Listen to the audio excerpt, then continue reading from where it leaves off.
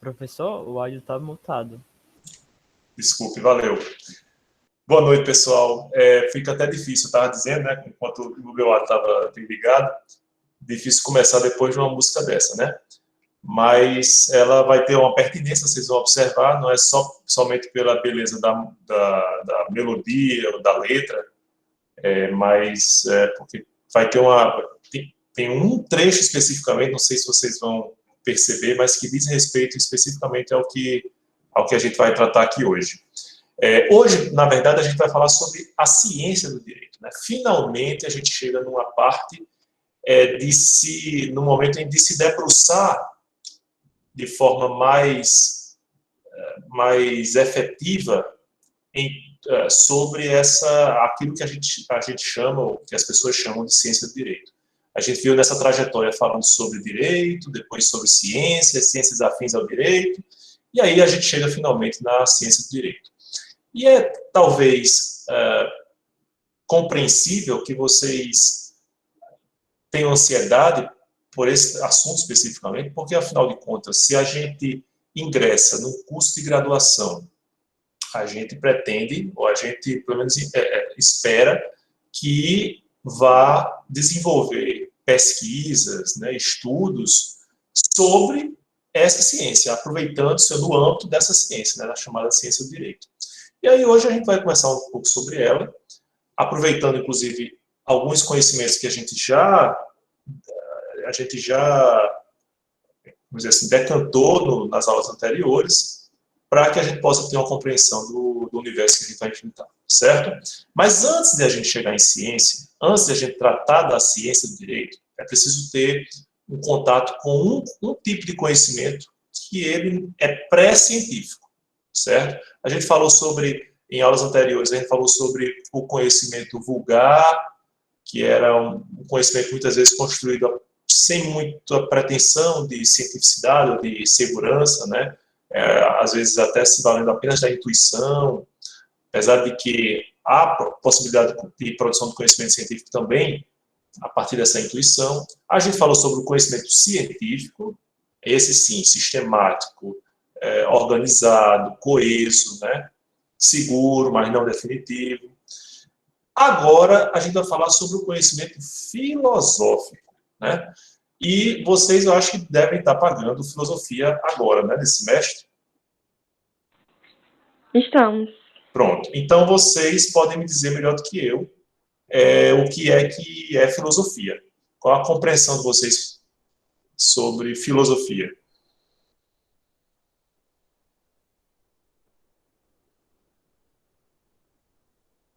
Exatamente, né? Filosofia, Gabriel colocou aqui, amor à sabedoria, perfeito. A própria etimologia da palavra sinaliza isso, philos, sophos, né?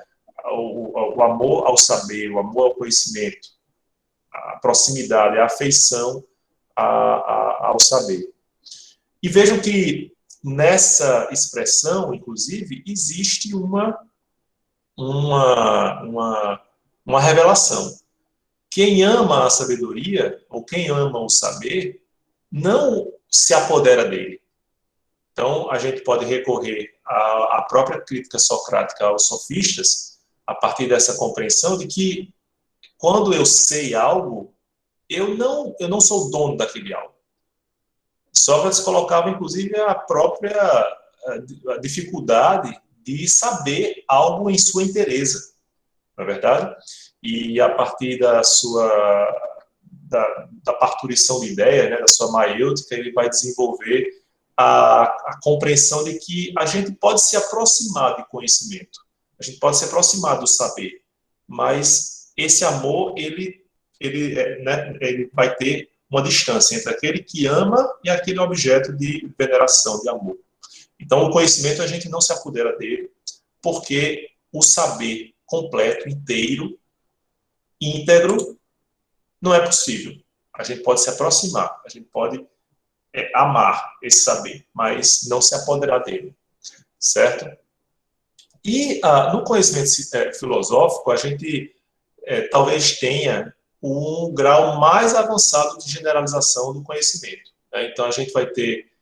e aí eu pergunto de antemão para vocês, Porque vocês consideram que ainda hoje a gente fala de Sócrates, de Platão, de Aristóteles, figuras, inclusive Sócrates configura uma personagem até de existência sempre discutida, né? Mas a gente sempre recorre a pensadores da antiguidade clássica que viveram períodos ou viveram realidades que distam no tempo de nós, de mais de 2.500 anos, né? E ainda recorremos a ele na complexidade do mundo atual para compreensão do nosso mundo. Por que isso ainda é aplicado, né? O que há de correção ou de incorreção nesse recurso a esses pensadores antigos? E eu falo de Platão e Aristóteles, mas posso falar dos pensadores, dos filósofos da Idade Média, né, dos outros filósofos romanos antigos, né? Porque a gente ainda recorre a esses filósofos para compreender um mundo tão diferente como é o nosso. Mateus está colocando aqui, porque foram os pioneiros do pensamento racional e lançaram as bases do nosso método filosófico. Perfeito, Mateus. Mas, assim, por serem os pioneiros, por que a gente dá tanta bola a eles, né? Eles foram os primeiros e tal, mas mereciam talvez até um registro breve, mas há cursos dedicados à compreensão da filosofia platônica, aristotélica, né? Por que isso? O que há de especial nesse conhecimento? O que há de especial na filosofia?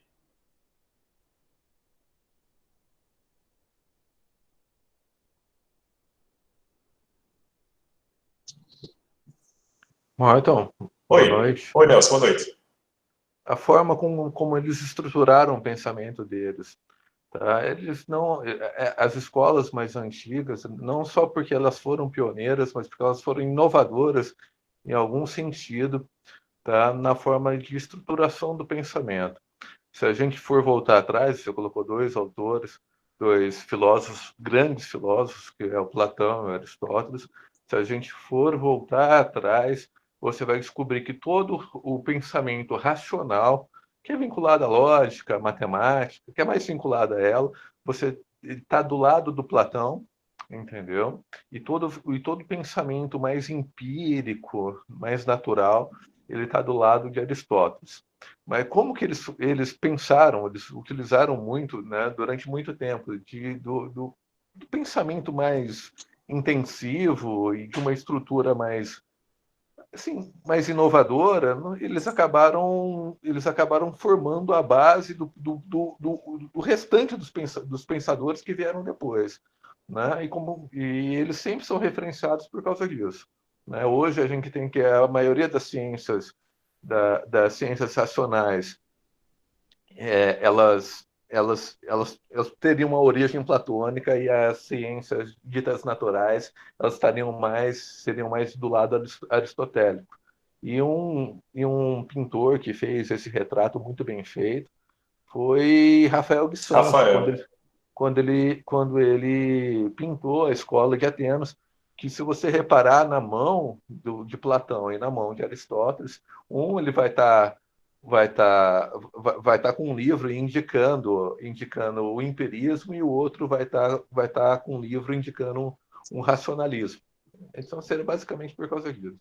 Perfeito, perfeito, Nelson. E, inclusive, essa pintura também é muito significativa, né? Mostra diversos outros pensadores em suas mais diversas atuações, né? E mostram como foi rico aquele momento, né? É interessante também perceber, Mateus colocou aqui, eles deixaram de explicar tudo pela mitologia. E Newton colocou, lançaram um método que serve de base aos outros conhecimentos. Mas o que há de especial na filosofia? Tudo isso que vocês falaram está correto, né? Mas vejam, o que realmente vai se destacar na filosofia não é bem as respostas a essas inquietações, mas as perguntas. As perguntas que motivaram a reflexão de Platão, Aristóteles, Tomás de Aquino, Santo Agostinho, né? E Hegel, Kant, Marx, essas inquietações, essas perguntas, elas se sobressaem às próprias respostas dadas historicamente. Então, a gente recorre a Platão e Aristóteles porque as perguntas que eles lançaram lá atrás, elas ainda são respondidas hoje. Elas são as perguntas fundamentais. São as perguntas que vão inspirar o nosso refletir e a nossa ação, né? E aí eu venho me valer de um trechinho da música que talvez passe despercebida, a música que a gente escutou agora há pouco, de Ana Carolina. Tem uma partezinha que ela fala assim: minha procura por si só já era o que eu queria achar. Claro que não com essa voz horrível, mas vejam, a procura já era o objetivo. Eu não estou preocupado com não, eu sei que é bondade. Não vou nem responder porque não tem como ter parâmetro, né? Mas vejo que nesse trecho se ressalta a postura do filósofo. O filósofo que está muito mais preocupado em só procurar. Essa procura já é o que ele queria achar, já é o objetivo da sua atitude, né, da sua atividade de filósofo, né? E talvez por isso muitos veem na própria função ou na própria atividade do filósofo uma atividade inútil, né? Poxa, a pessoa fica só perguntando, a pessoa fica só procurando, né? Não acha nada. Na verdade, a pessoa é desocupada. E se vocês observarem a figura pitoresca do filósofo em qualquer filme ou em qualquer... até nos Simpsons, né? Tem um episódio que Homer vai para uma fila, né, de pessoas que vão procurar emprego e está lá o filósofo, aquele ser com o cabelo branco, com o cabelo desgrenhado, né, com a barba por fazer e assumindo a postura de pessoa desconectada do mundo, da realidade. Na verdade, sem essas perguntas, sem as perguntas lançadas pela filosofia, a gente jamais teria dado um passo à frente, porque são elas que fazem com que a gente retome sempre a consciência do nosso comportamento, de para onde a gente vai, do que a gente quer buscar na vida e do que a gente quer evitar, certo? Então, isso é de fundamental interesse também para a ciência do direito. Não apenas para a ciência do direito, mas para todas as outras ciências, né? Porque é no âmbito da filosofia que as ciências definem o seu pontapé inicial. Então, se vocês vão desenvolver pesquisas na ciência do direito ou em qualquer outra ciência, vocês precisam perguntar sobre o método, vocês precisam perguntar, questionar, analisar o foco do seu trabalho, o recorte, o objeto do seu estudo, certo? E tudo isso é tratado num ramo da filosofia do direito que se chama epistemologia, no ramo da filosofia, né? Não quero ainda focar na filosofia do direito, mas no ramo da filosofia que é a epistemologia, certo? É onde se define, onde se busca definir o método, o objeto e até a atuação do sujeito cognoscente, certo? Então, essa é a tônica do conhecimento filosófico e é isso que vai diferenciar o conhecimento filosófico do conhecimento científico, ou mesmo do conhecimento vulgar. Ok? Alguma colocação, alguma dúvida? Vocês compreendem bem a própria ideia, né, de filosofia do direito. Vejam que da filosofia, não vou falar ainda de filosofia do direito. Na filosofia do direito, por exemplo, você, como estudioso, como pesquisador, como ser intrigado com aquilo que se chama realidade jurídica, você vai estudar esse fenômeno jurídico, mas muito além, você não vai se contentar com o seu objeto específico, o direito, vamos dizer. Mas você pode ver o que há de acessório, o que há de periférico nesse foco inicial do cientista do direito, que é o direito, certo? Então, o filósofo vai poder ver, poder enxergar além do direito, além do sistema normativo, estritamente jurídico, né? E é a partir dessa provocação que aí a gente vai fazer uma bifurcação entre duas possíveis abordagens dentro da ciência do direito.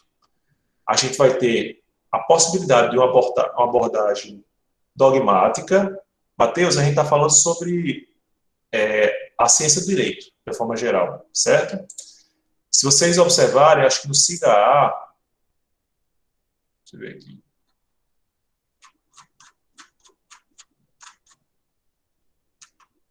Vou mostrar aqui para vocês.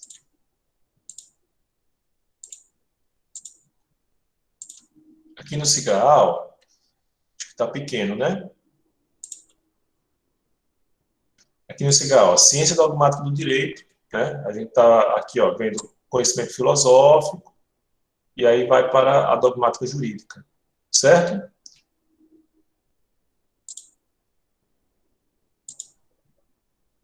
Lá no SIGA A gente tem mais ou menos o esqueleto dessa aula. Mas a gente vai falar hoje sobre a ciência do direito. E por que é que a gente precisa falar primeiro sobre filosofia? Porque dentro da ciência do direito a gente pode desenvolver duas possíveis abordagens. E isso, às vezes, passa até despercebido pelos próprios pesquisadores do direito. Quer ver? Quando eu digo para vocês que vocês são cientistas do direito, ou que vocês estão sendo formados para serem cientistas do direito, o que é que vocês têm em mente? Vocês vão ver, muitos de vocês, né, eu mesmo tenho essa compreensão muitas vezes, e vários colegas têm essa compreensão. O cientista do direito vai pegar um texto de lei, né, aqui, que a gente tem uma coletânea de normas do Ministério Público, certo? Do Estado do Rio Grande do Norte. Aí eu pego essas normas aqui, e aí vou estudar. Artigo 42. Nas promotorias de justiça, com mais de um cargo do promotor, haverá um coordenador e seu substituto, etc, etc. O cientista do direito, portanto, a partir dessa compreensão, vai analisar o texto normativo e vai tirar dele algumas apreensões, algumas compreensões, algumas possibilidades de aplicação, certo? Essa abordagem é científica, mas ela não é a única possível no espectro das ciências jurídicas, certo? Porque eu posso também ter uma abordagem chamada zetética, que é uma abordagem que a gente vai falar daqui a pouquinho. Vamos iniciar pela abordagem dogmática. Quando vocês falam em dogma, né? Quando vocês entendem essa palavra dogma, qual é o sentimento que vocês têm em relação a ela? Que é de onde vem a palavra dogmática, né? Algo religioso. Algo religioso, Gabriel, algo regrado que deve ser seguido. Felipe, regras, costumes. Quem mais eu interrompi? Alguém ia falar? É um conhecimento imutável. O conhecimento imutável, né? Dá uma ideia de... Karen colocou algo absoluto, né? Dá uma ideia de zetética, Gabriel. Eu vou já falar sobre ela. De zetime. Dá exatamente essa ideia de algo rígido, né? E, de fato, a dogmática jurídica, ela tem essa compreensão. Por que é algo rígido? Não que o conhecimento desenvolvido no âmbito da dogmática seja rígido, não possibilite flexibilização. Mas o conhecimento ele parte de um dogma, que normalmente é a norma jurídica, certo? Então, por isso que Vará, como a gente colocou aí no SIGA A, define a dogmática jurídica como uma atividade que tem a pretensão de estudar, sem emitir juízos de valor, o direito positivo vigente. O que é dogma para mim, como cientista do direito, que utilizo uma abordagem dogmática? O dogma é o sistema jurídico vigente. Então, é o direito positivo brasileiro, por exemplo, né? Então, se eu adoto uma abordagem dogmática, eu vou dizer, bom, eu vou fazer um estudo aqui no direito brasileiro, Mas, vamos supor, eu vou falar sobre as espécies de pena. Eu vou falar sobre a pena de trabalhos forçados? Não posso falar, porque no nosso ordenamento jurídico eu não tenho essa possibilidade, certo? Então, qual é o dogma que eu vou me pegar? O direito positivo vigente. O direito vigente nesse país. Entende? Mas isso engessa muito. Não engessa a compreensão do cientista. Ele apenas vai limitar, porque eu não vou poder ter a amplitude que eu teria se eu pudesse abrir minha mente e dizer, não, eu quero discutir a aplicação, a possibilidade de aplicação da pena de morte no direito no Brasil. Mas a pena de morte só é admitida na Constituição da República em caso de guerra.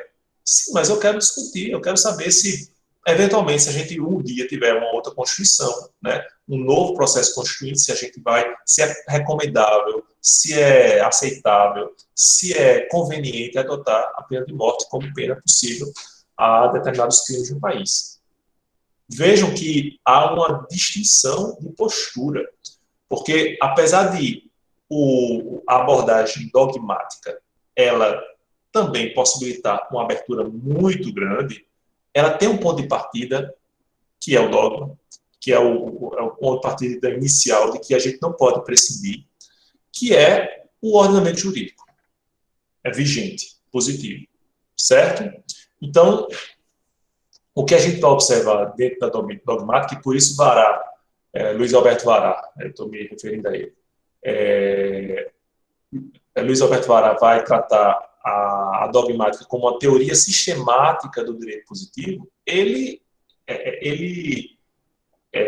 enfatiza justamente a submissão do conhecimento científico a ser produzido ao ordenamento jurídico positivo, certo? Então, é bom que se diga, a abordagem dogmática, da dogmática jurídica, não é uma abordagem desrecomendada. Não, ela é possível e ela é muito praticada, é muito mais frequentemente praticada. Não há nada de errado em relação a ela. Porque quando a gente fala em dogma, né, quando a gente fala em dogmática, às vezes há um preconceito em relação a esse tipo de abordagem. Como se, as pessoas que têm a mente estreita, que não veem nada além da norma, né? Isso é possível. Mas existem outras formas também de abordar o direito. E no livro de Décio Sampaio Ferraz Júnior, que é o que mais, de maneira mais completa, vai tratar da diferença entre dogmática jurídica e zetética jurídica, ele traz um exemplo que talvez seja muito útil, né? Ele diz que em uma determinada situação, Sócrates estava lá, né, bem tranquilo, e de repente passou uma pessoa correndo. Passou por ele olhou, né, e quando eu vi uma pessoa atrás. Aí uma pessoa atrás diz, ladrão, ladrão, ladrão, apontando, né? E aí Sócrates olhou para ele e disse, o que é ladrão? Aí o cara ficou puto, né? Porque, poxa, Sócrates podendo ajudar, rapaz, vá logo pegar esse cara. Mas vejam que isso ilustra bem a ausência de preocupação de Sócrates em relação ao agir, certo? Então, a postura de Sócrates não se coaduna com a postura de alguém que admitisse a dogmática jurídica, uma abordagem dogmática. Porque a dogmática, ela vai trazer bem claro um problema de ação. Então, eu quero saber se essa norma que está prevista aqui, nesse ordenamento jurídico, me permite agir de determinada maneira. Entende? E isso pode estar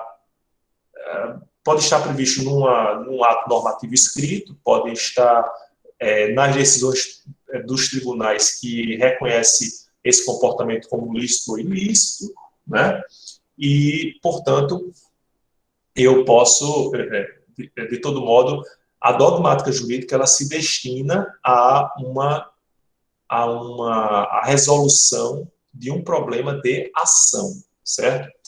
E Té Sampaio até fala que, nesse caso, a função da linguagem que a ser utilizada é a função diretiva, ou seja, que direciona alguém a uma determinada ação. E essa ação é destinada a quê, no final das contas, pessoal? À decisão dos conflitos, né? Então, quando eu até recebi um vídeo hoje, né, que a pessoa, logo no primeiro período, aí, o cara bate atrás do outro carro da frente, aí o carro da frente diz assim, amigo, o que foi que aconteceu? Eu disse, amigo não, me chama de doutor, né? Porque você está falando com... Eu sou estudante de Direito, já fiz estágio no Detran e tal. Então, pois é, exatamente. E isso mostra o quê? Nesse momento em que há o conflito, eu preciso saber o que fazer. Quem tem razão? O que fazer para as partes serem atendidas? Como é que essas partes vão ser atendidas pelo direito, né? Como é que se dará o ressarcimento? Como é que se dará a apuração da culpa, da responsabilidade de cada um? Isso tudo com base numa norma, com base ou tendo em vista um documento, né, um ato normativo que vai dar elementos para que eu resolva determinado conflito. Imaginem que, em cada caso concreto, né, eu tivesse que dizer, não, bateu aqui o carro, vamos agora refletir sobre a punição ou a saída mais justa.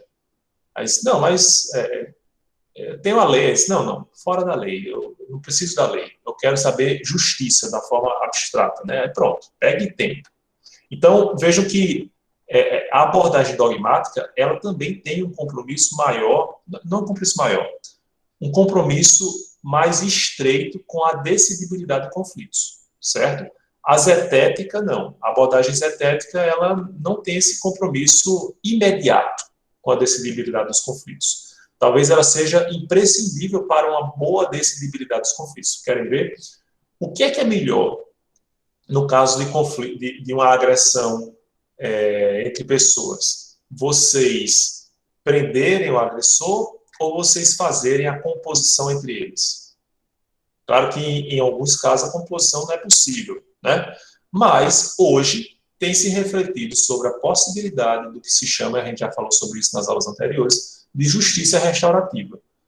Às vezes, em algumas situações, a justiça restaurativa tem uma eficiência muito maior do que a justiça simplesmente retributiva. Porque a justiça restaurativa envolve, vocês vão ver isso, mas em outras disciplinas, envolve traz o envolvimento da vítima, mas de todas as pessoas atingidas por aquele conflito, certo? E as pessoas são convidadas a contribuir na solução de forma conjunta, certo? Então, essa reflexão sobre o cabimento ou não da justiça restaurativa, ela é uma reflexão com viés para além do ordenamento jurídico positivo. Entende? Um outro exemplo que é dado por Té Sampaio Ferraz Júnior, no seu livro de introdução, é o da greve do servidor público. Então, o que é que acontece? O servidor público, ele tem garantido na nossa Constituição o direito de greve, certo? Só que não existe um adendozinho. O direito de greve é reconhecido na forma da lei. O que é que acontece, pessoal? Essa lei nunca veio, né? Uma lei específica disciplinando a greve do servidor público. E o que se verificava era que muitos servidores públicos entravam em greve e não tinha nenhuma regulamentação, disciplina, e às vezes ficava, assim, era tudo como umas férias, né? Principalmente por quem via de fora, a própria sociedade. Jefferson está dizendo que viveu a justiça restaurativa na infância, né? Eu também tenho... apertar a mão é a parte mais humilhante, muitas vezes, né? Apertar a mão do amiguinho. Às vezes, até eu tenho um filho pequeno de 3 anos, aí ele disse, não, peça desculpa ao seu irmão. Aí ele fica... Mas não pede desculpa. Ele sabe que está errado, mas, assim, é muito humilhante, né? O pedido de desculpa, isso é muito importante. Mas eu dizia da greve do servidor público. O que foi que aconteceu? O Supremo Tribunal Federal, decidiu, Maria está dizendo que era melhor levar uma surra, às vezes, realmente. Mas eu prefiro levar uma surra a ter que me submeter a esse ato, né? O Supremo Tribunal Federal, em relação à greve do servidor público, terminou decidindo o seguinte: bom, enquanto houver lacuna, ou enquanto houver essa inércia do legislativo para disciplinar especificamente em lei sobre a greve do servidor público, eu vou decidir. E a nossa decisão vai se seguir a disciplina da greve do trabalhador de forma geral, né? Prevista nas leis trabalhistas. Então, vejam, o Supremo, ele criou de maneira absolutamente livre? Não. Ele só teve essa criação, que na verdade é uma criação limitada por uma norma já existente dentro do ordenamento jurídico brasileiro. Porque o próprio ordenamento permite a ele, em algumas ações, né, em ação de declaração de inconstitucionalidade por omissão,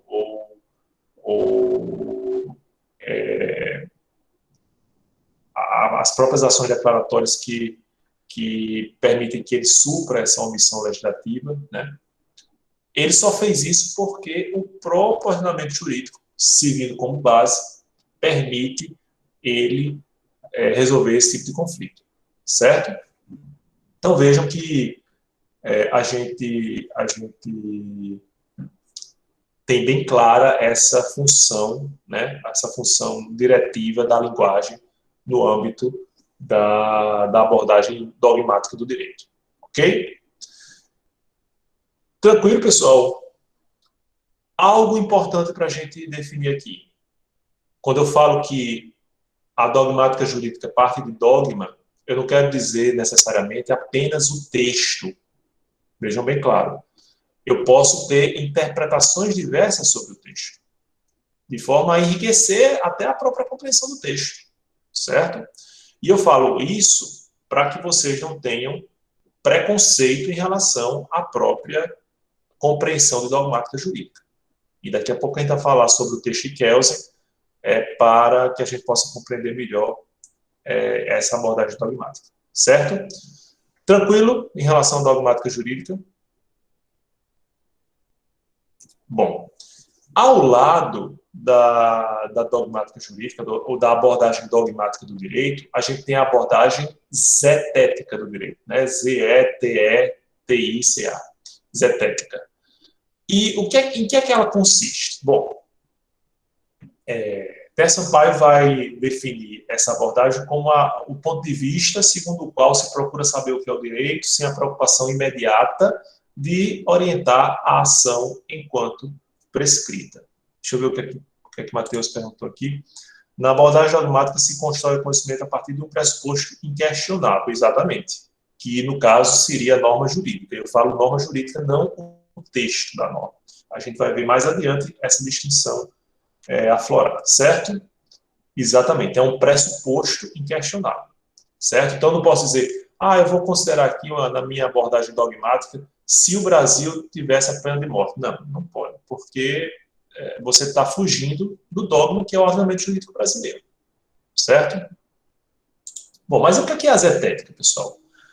Vocês se lembram que, quando a gente falou da dogmática, a gente sublinhou que, na dogmática, há uma preponderância da função diretiva da linguagem, né? Ou seja, vai dirigir a ação com vistas à decisão de um conflito.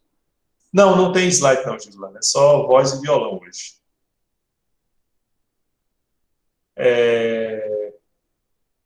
Vocês preferem com slide? É até uma pergunta que eu queria fazer. Que às vezes eu acho um pouco cansativo, não sei se... O que é que vocês acham? Prefere com slide, Pois eu imaginei que fosse o contrário, né? É melhor o slide, né? Pelo menos essa cara feia fica um pouco mais distante. Prefiro sem também, mas enfim. Pois é, eu pensei nisso também, que flui melhor. Mas, enfim, Eu sei que o slide às vezes serve como lousa também, né? Eu prefiro sempre, professor, mas não é por questões estéticas, não. Tá certo, valeu. Mas, enfim, eu vou sempre fazer essa mesclagem, certo?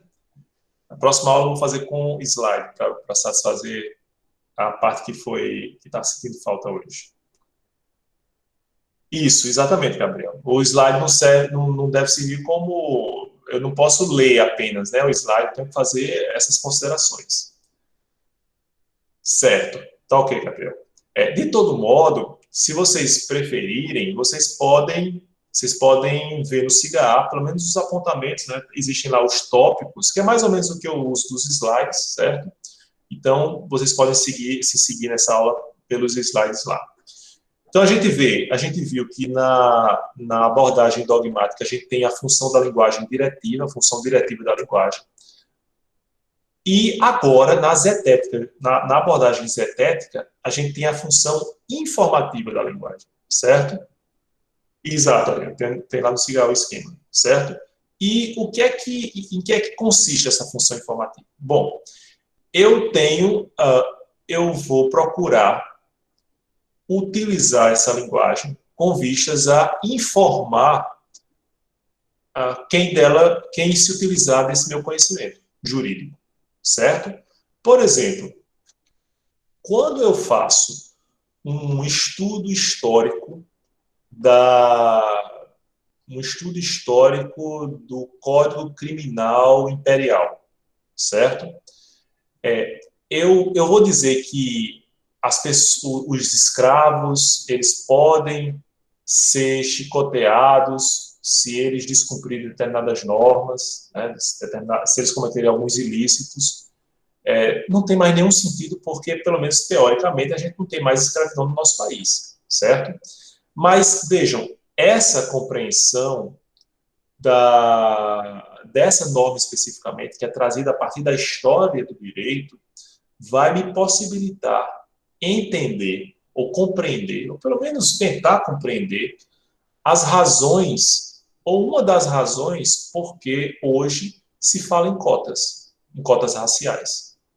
Por que é que hoje se pune de forma diversa as pessoas que têm a pele escura, muito mais contundentemente do que as pessoas com pele clara? Entendam? A linguagem, ela, portanto, nos informa, ela procura, a partir desse estudo, ela vai informar o operador do direito, né, o juiz, ou o membro do Ministério Público, o advogado, o delegado, ou mesmo aqueles que vão desenvolver um estudo puramente dogmático. Porque, de fato, pessoal, é difícil a gente atender a uma abordagem purista. Kelsen propôs isso, né? Mas vocês vão, por exemplo, desenvolver os seus TCCs e, vez por outra, vão ter que fazer abrir um capítulozinho lá da história daquele instituto, certo? A respeito disso, a gente tem uma crítica que a gente faz lá em História do Direito para a gente também não fazer o estudo histórico irresponsável, né? Ou muito superficial. Mas, de todo modo, a história do direito, ela é uma ciência jurídica que tem a abordagem nitidamente zetética, que traz a abordagem nitidamente zetética, porque ela não se prende ao ordenamento jurídico positivo. Ela não se prende ao ordenamento jurídico vigente nesse país e nos nossos tempos. Entende? Por exemplo, uma abordagem zetética possível é a reflexão sobre o impacto de determinada lei na sociedade. Eu observo a lei, eu faço estudo da lei, mas eu não procuro me ater à sua positividade, à sua vigência. Porque eu posso, inclusive, concluir que essa lei não se aplica, ou não deveria se aplicar, ou deveria ser revogada. Certo? Então, a abordagem zetética não tem nenhum apego à norma jurídica positiva. Ela pode, inclusive, se contrapor à norma positiva. Ela pode se contrapor ao direito vigente. Entende? E é aí que está a grande magia da abordagem zetética. Então, vamos ver o que é que vocês estão colocando aqui. A abordagem zetética seria um questionamento de tudo. É um questionamento, Matheus, mas, vamos dizer assim, o que vai diferenciar é que esse só questionamento já é o que eu queria achar, como diria a Ana Carolina, certo? Esse questionamento já é suficiente para a nossa investigação. Não que a gente não encontre respostas. Por exemplo, se eu fizer uso da história do direito, recentemente eu li um livro muito interessante, na verdade são em forma de quadrinhos, né? Angola Janga, que é a história uma história de Palmares. O autor apresenta como uma história de Palmares. E é uma história não oficial de Palmares, porque a história oficial que a gente estuda muitas vezes é a história dos vencedores, dos portugueses que conseguiram, né, apesar de todos os ataques dos quilombolas, destruir ou acabar com a insurreição dos quilombos de Palmares e outros de suas proximidades, né? E essa história ela é retratada a partir de documentos oficiais.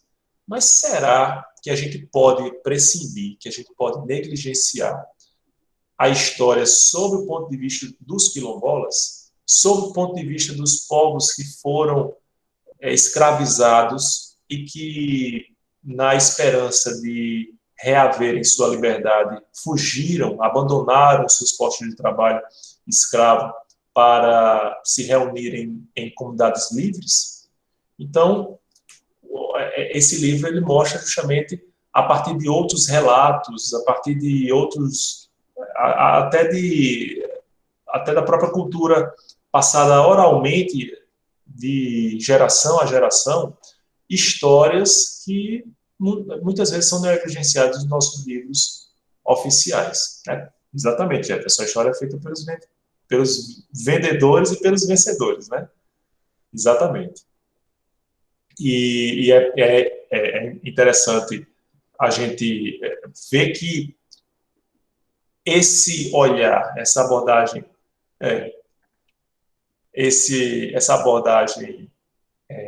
zetética, ela possibilita essa abertura, certo? Mas, mais uma vez, não é a abordagem zetética, ela não está mais correta ou menos correta do que a abordagem dogmática, ela é apenas diferente.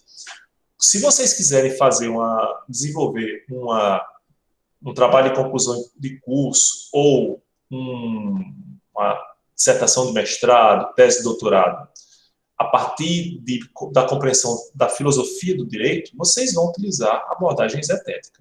Se vocês quiserem, a partir de fazer um estudo histórico de determinada norma jurídica, a abordagem zetética, certo? Agora, se vocês querem fazer um estudo da nova lei de abuso de autoridade no direito brasileiro, a abordagem muito provavelmente será marcadamente dogmática, certo? Porque vocês vão partir desse paradigma normativo que é a lei de abuso de autoridade.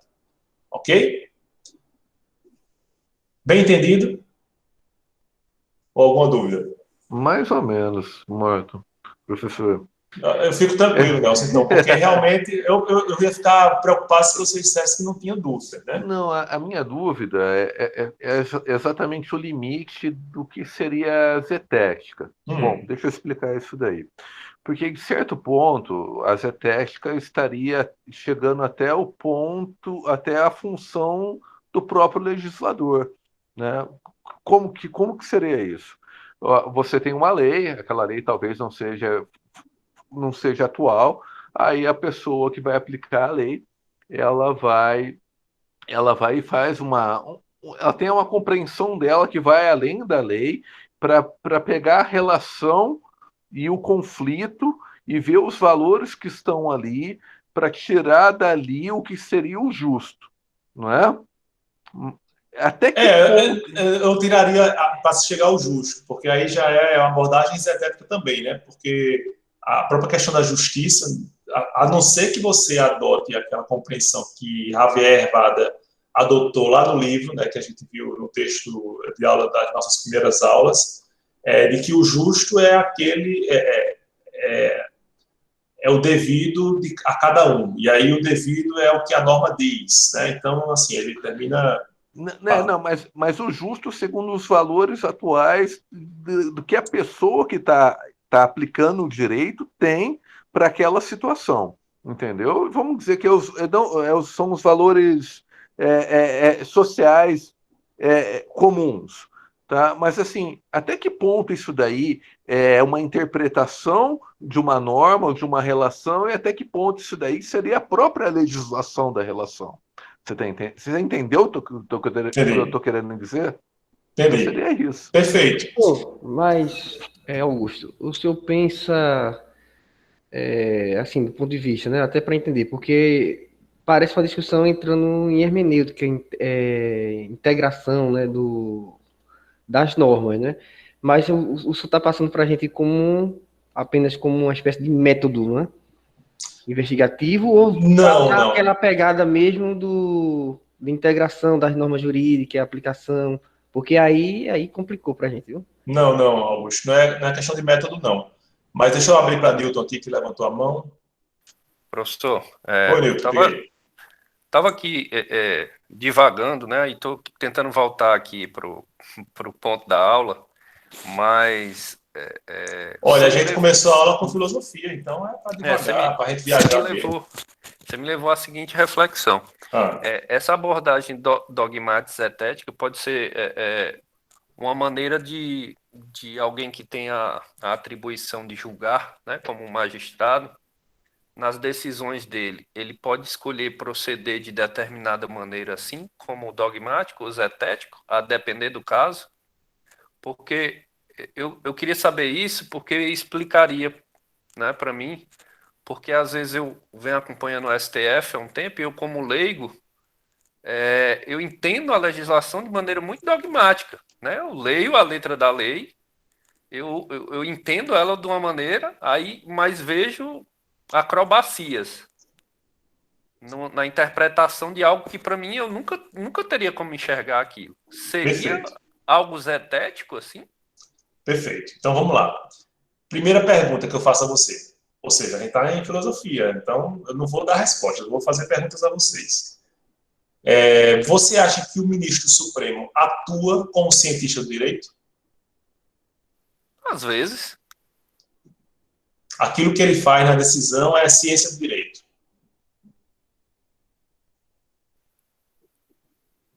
Ele pode se utilizar da ciência do direito. Perfeito. Ele usa como desculpa, às vezes, a ciência do direito.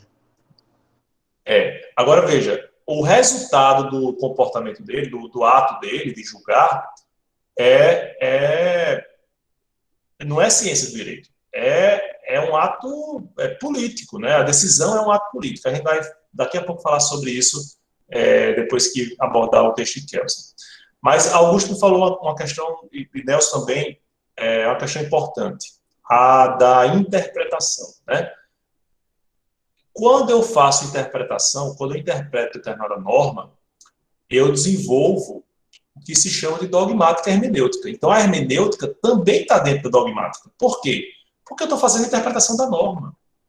E se eu interpreto a norma e não contesto a sua positividade, a sua validade jurídica, de alguma forma, nitidamente a minha abordagem é dogmática. Agora, eu posso dizer, olha, essa lei de drogas é uma droga, porque ela é a maior responsável pela falta de definição entre o que é usuário e traficante. Ela é a maior responsável pelo boom da superpopulação carcerária do país, certo? Essa é uma abordagem zetética porque eu não estou me lixando para a lei de drogas. Porque é a lei que a gente tem. Quando eu pego aqui um inquérito de tráfico, eu não vou dizer, não, eu vou deixar de aplicar essa lei porque essa lei ela é injusta ou ela é inadequada. Eu não tenho essa possibilidade, mas, e aí eu entro numa dúvida que surgiu aqui, de que maneira eu posso interpretar essa norma de forma mais aberta? Então, eu vou ter uma posição crítica quando a polícia disser assim, olha, isso aqui foi tráfico. Aí eu pego lá 3 trouxinhas de maconha. Rapaz, eu vou considerar isso como tráfico. E como é que eu tenho essa reflexão? A sociologia jurídica, que é uma ciência jurídica, ela vai me trazer elementos, né? Então, por isso que eu digo, a função informativa da linguagem.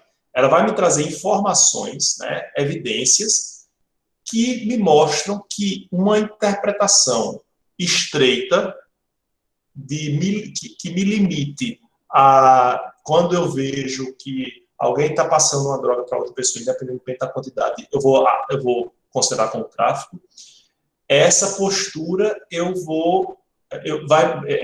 essa informação vai me fazer refletir melhor na minha postura como operador do direito. Entende? Então, é nesse sentido. Vamos aqui. Jefferson. Pois não, Augusto. Só... Pronto, enfim, né? Então, o zetética aí está no sentido de, você falou, filosófico, então é o ato de perguntar, de tentar conhecer a essência, a natureza, a razão dos elementos que a gente está se propondo a conhecer, né, nesse caso, e ela pode, então, ser dispensável. Né? Se a gente achar que o resultado não é satisfatório, ela pode ser substituída. Quando a gente... Você está pensando sobre o fato. Eu acredito que o cara deveria ser preso e deveria ser considerado tráfico de droga, mas aí a gente analisa direitinho, não. Então, ela me dá a capacidade de dispensar até mesmo antes mesmo do juiz, porque o cara está fazendo isso antes mesmo de ir para o ordenamento jurídico. Mas, vamos supor, eu não quero mesmo que o cara seja punido. O juiz também pode ter essa postura. Né? Ele pode se valer de informações ou de reflexões que são trazidas por pensadores, por pesquisadores, no âmbito da criminologia, no âmbito da sociologia criminal, no âmbito sei lá, até da política criminal, e vai nos trazer informações que vão clarear o juiz na sua decisão, entende? Certo, então eu torno a perguntar. Dentro da filosofia, a zetética ela é um método. Não, como você saber perguntar. É uma espécie de abordagem, vamos dizer assim. Método de abordagem. E aí, como fica porque eu não consigo diferenciar ela do método, né? Certo. Porque você está fazendo isso como um método, para aplicar um caso concreto. Certo. Me ajude, professor, porque senão... Alguém tem um livro de introdução de Tércio Sampaio Ferraz Júnior aí? Que eu terminei sem trazer ele aqui hoje. Se alguém tiver... eu peço que abra lá no capítulo que fala sobre zetética jurídica. Se alguém tiver, se pronuncie aqui, certo? Vou passar aqui a palavra para quem está com a mão levantada. Sérgio, pela ordem. Boa noite. Boa noite, Sérgio. Porque eu estou construindo um pensamento e aí eu queria confirmar se é realmente isso, né? Certo. Que eu estou compreendendo. Que das duas abordagens, a dogmática e a zetética, o que eu compreendo é que elas estão funcionando como pontos de argumentação. Qual é o ponto de argumentação que eu escolho, ou enfim, que eu me associo para tomar, digamos, no caso de um juiz, tomar uma determinada decisão, ou até mesmo uma abordagem de argumentação para chegar a algum propósito de convencimento. É isso mesmo? É isso, Sérgio. Agora, sim, a gente fala sempre do juiz, mas não é apenas o juiz, né? E, vejam, o juiz, ele vai se valer do estudo desses pesquisadores. Então, o juiz pode, por exemplo, eu vou pegar aqui um livro que trata da lei de abuso de autoridade. Então, esse autor aqui me traz uma abordagem dogmática. Eu vou utilizar. Mas eu tenho um outro livro aqui, de um autor que eu vou trazer aqui um livro que fala sobre a criminologia. E aí vai me fazer pensar sobre como é que a lei de abuso de autoridade, ela foi falha, ou como ela realmente não se aplica, etc. Então, o magistrado, ele não está fazendo ciência, pelo menos não naquela atividade de julgar. E aí, ele pode utilizar os dois conhecimentos, né, que são produzidos de forma bem distinta para decidir. Entende? Então, deixa eu ver aqui o que eu fiz.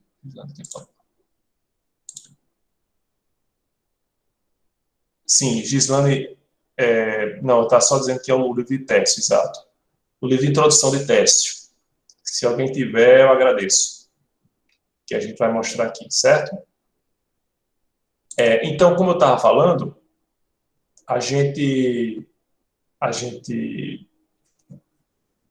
o juiz, ele pode se valer dessas duas abordagens. Desses dois conhecimentos, vamos dizer assim, dos conhecimentos produzidos a partir dessas duas abordagens distintas, certo? Por que eu não digo que zetética é um método? A zetética jurídica, na verdade, eu digo sempre, é um modo de abordagem, a forma de abordagem, porque eu vou ter métodos diversos, tão diversas quantas são as chamadas ciências jurídicas que adotam essa abordagem. Então, eu tenho, no âmbito da zetética jurídica, eu posso desenvolver métodos próprios da filosofia do direito, da sociologia jurídica, da criminologia, da história do direito, e cada ciência jurídica dessas vai ter o seu método próprio. Entende? Ô, Andresa, então procure, por favor, Andresa, lá quando ele fala sobre zetética, tem umas chavezinhas assim. Se você puder abrir a câmera para mostrar, aí a gente até pode apresentar, se for o caso, se for mais fácil. Pronto, eu estou pelo celular, Pronto. aí eu vou apresentar aqui. Certo, ótimo.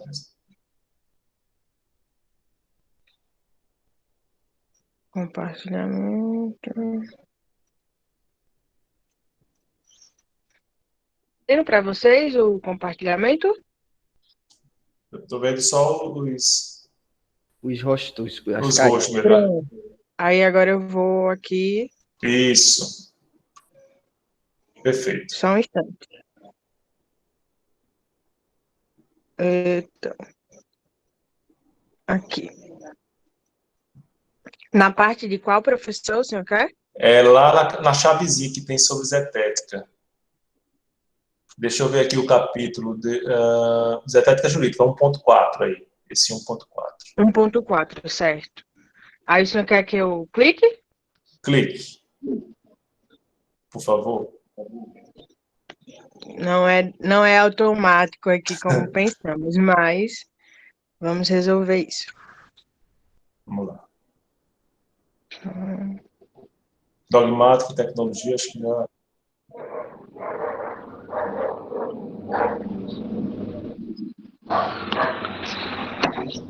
Só um instante.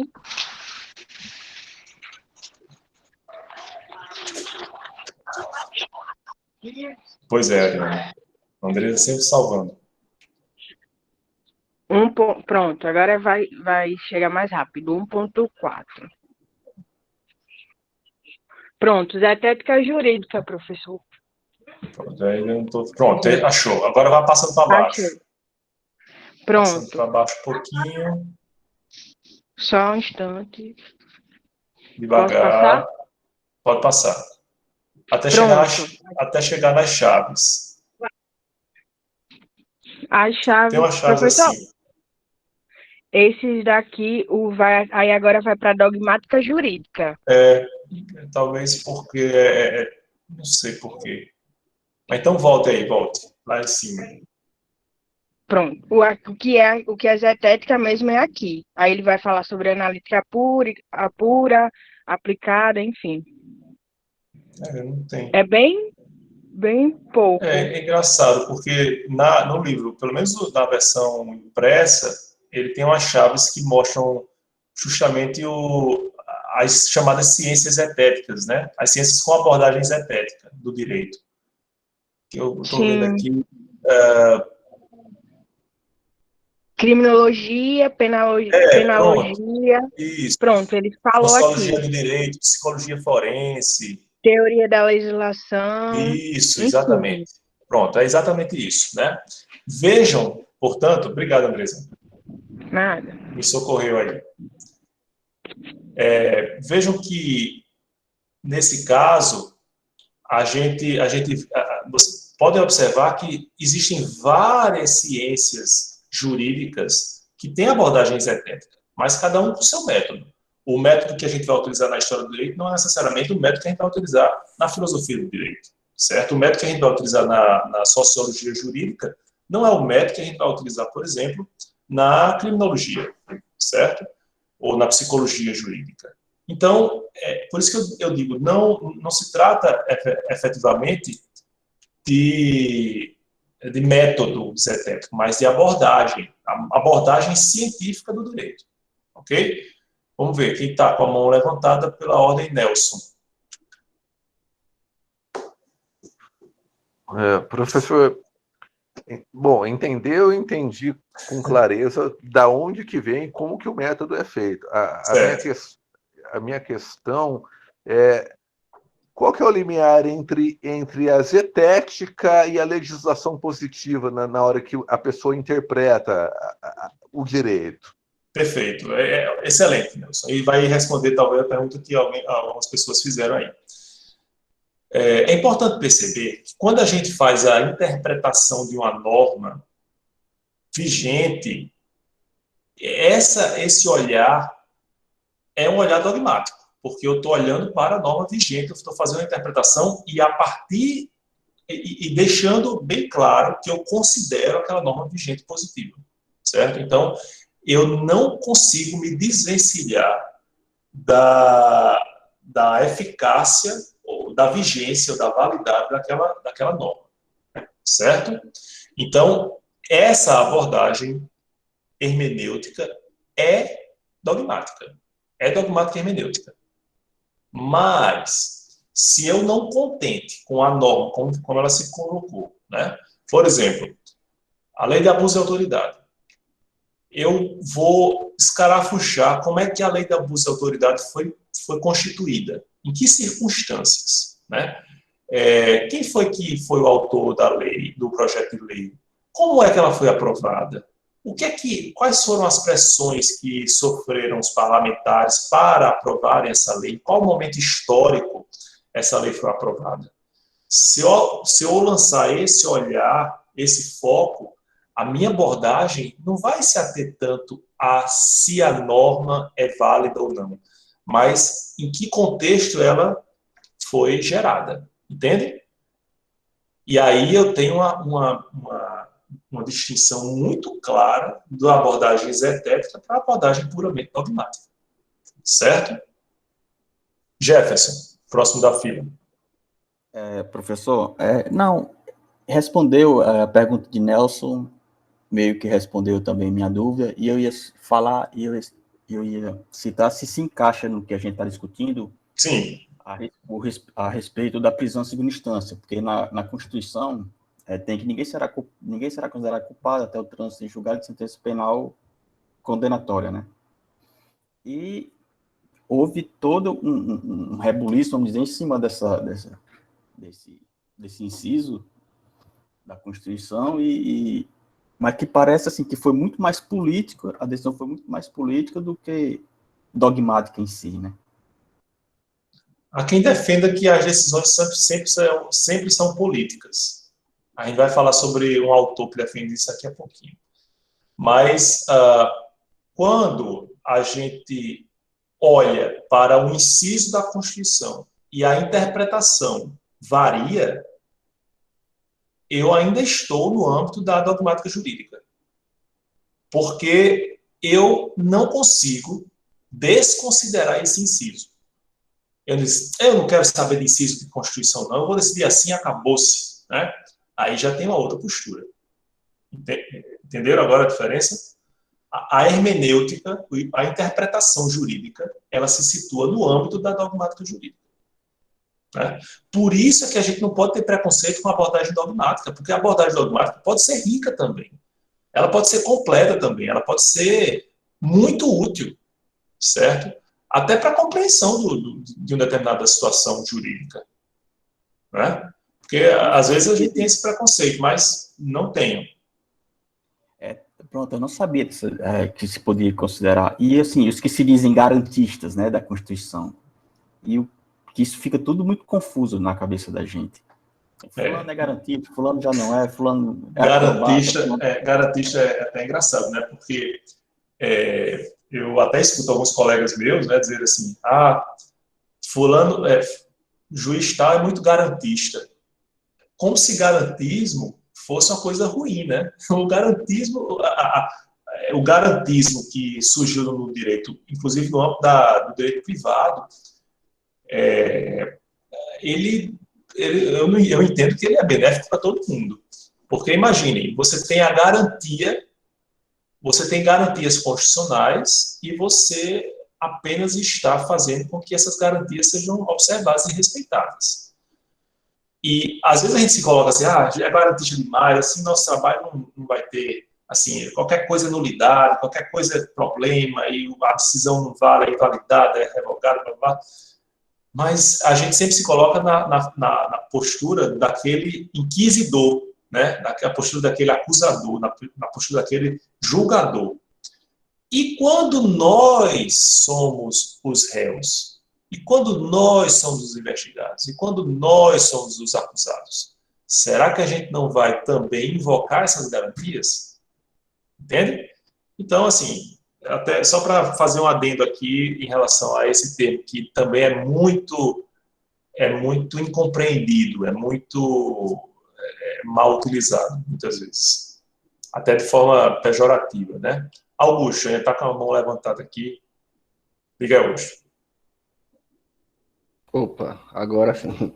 Então, toda vez que a gente fizer uma interpretação com base na lei positivada, na norma escrita, ela vai ser sempre dogmática, né? Aí, mesmo que a gente queira adaptar esse conceito a um problema agora, ela continua sendo dogmática. Agora, quando eu quero investigar algo mais consuetudinário, histórico, ontológico até, eu saio da minha área, vou buscar no direito francês, alemão, vou buscar... O direito comparado é um exemplo de abordagem zetética. É o caso que acontece com algumas normas, que aí você não sabe como aplicar, você vai no preâmbulo, que é mais aberto e você consegue, a partir dali, usar... Ainda é dogmático, né? Mas aí você consegue ainda sair quando... Ainda é dogmático. Porque você não consegue se desvencilhar da positividade daquela norma. Então, a zetética é mais livre, na analítica, então, Isso, né? exatamente. Então, ok. Valeu aí. Certo? Mas eu não quero que vocês compreendam 100% não, porque a gente ainda vai falar sobre o texto de Hans Kelsen. Certo? Mas até aqui está mais ou menos... dá mais ou menos para compreender? Dá sim. Dá sim.